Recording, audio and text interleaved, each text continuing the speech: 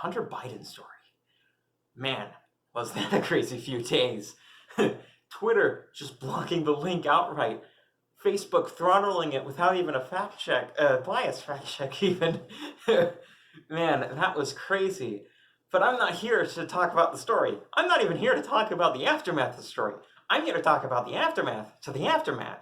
Because you see, conservatives have got their panties all in a twist about the social media platforms again.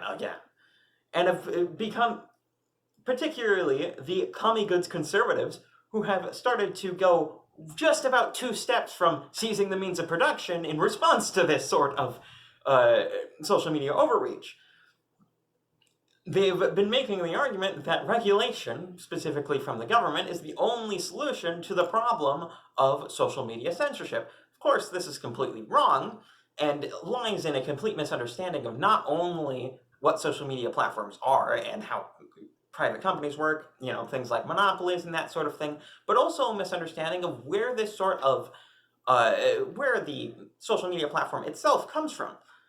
And that is an important part of the social media platform itself, is the special legal liability protections that they gain from Section 230, which allows any digital distribution service, publisher essentially, or platform, to furlough any sort of, or completely avoid any sort of legal liability for things like defamation or copyright infringement.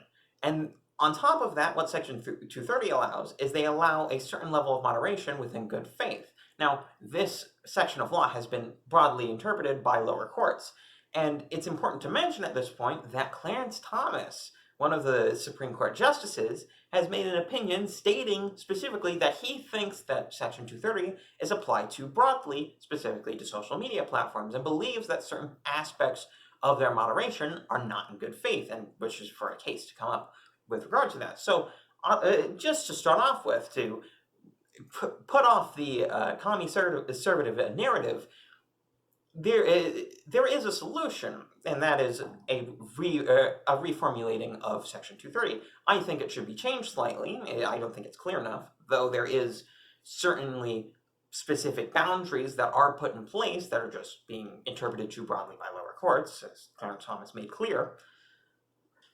But even beyond that, it shows a deeper misunderstanding within the commie good conservative section of the right, and that is about monopolies.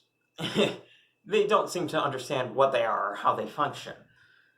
And it starts with a tendency to believe that everything is going to stay the same, that the way things are in the market currently is how they will continue to be, that these companies that are hundreds of billions of dollars in terms of their assets have some sort of perfect understanding of of how the market works and will always be at the same level of growth and will continue to either grow or at least stay at the same level for their entire lifespan. This is a misunderstanding, because even in the social media space, we already have examples of platforms that were very dominant early on, but eventually lost their market share. The prime example, of course, being MySpace, for anyone who forgot that particular moment in time. On top of that, we also seem to forget that the trajectories of the current major social media platforms are not very good. And trajectories of platforms like Parler or BitChute are very promising. Starting off with BitChute just barely got its first 100,000 subscriber creator. On top of that, they're generally rising in the Alexa rankings constantly. Their growth is insane, very quick, quicker than YouTube was at this time in its existence. On top of that, platforms like Twitter have been bleeding users for years. Everyone who's ever looked into Twitter's numbers has known this, on top of being insolvent. Along with that, Parler has been gaining users. Along with that, you also have things like government subsidies that these companies have been getting. It's astonishing to me to see how many of these people don't seem to understand that the government's already funding these companies. They're already affecting the market in many not very good ways. And on top of that, a lot of the regulation that is being proposed by these sorts of people is being advocated by these massive corporations. You see things like net neutrality and other such internet regulation schemes that have been supported by companies like Google, which should be an immediate red flag to anyone who's seen them. On top of that, historically, you see a common trend for companies that have market dominance that then have their industry regulated by the government. And that is the company that had market share continues to have a large amount of market share, and it seems as though rather than fixing the monopoly problem as the government is supposed to do, they instead seem to gild the monopoly. Because of course, the monopoly was not a monopoly at all when it was simply a dominant market share. For instance, an industry where this didn't happen was the video game industry. The video game industry had Nintendo as a major portion of the market share in the mid-80s.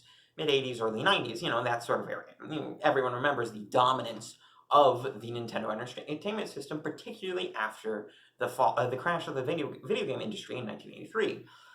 However, the government didn't come in to regulate, at least not particularly.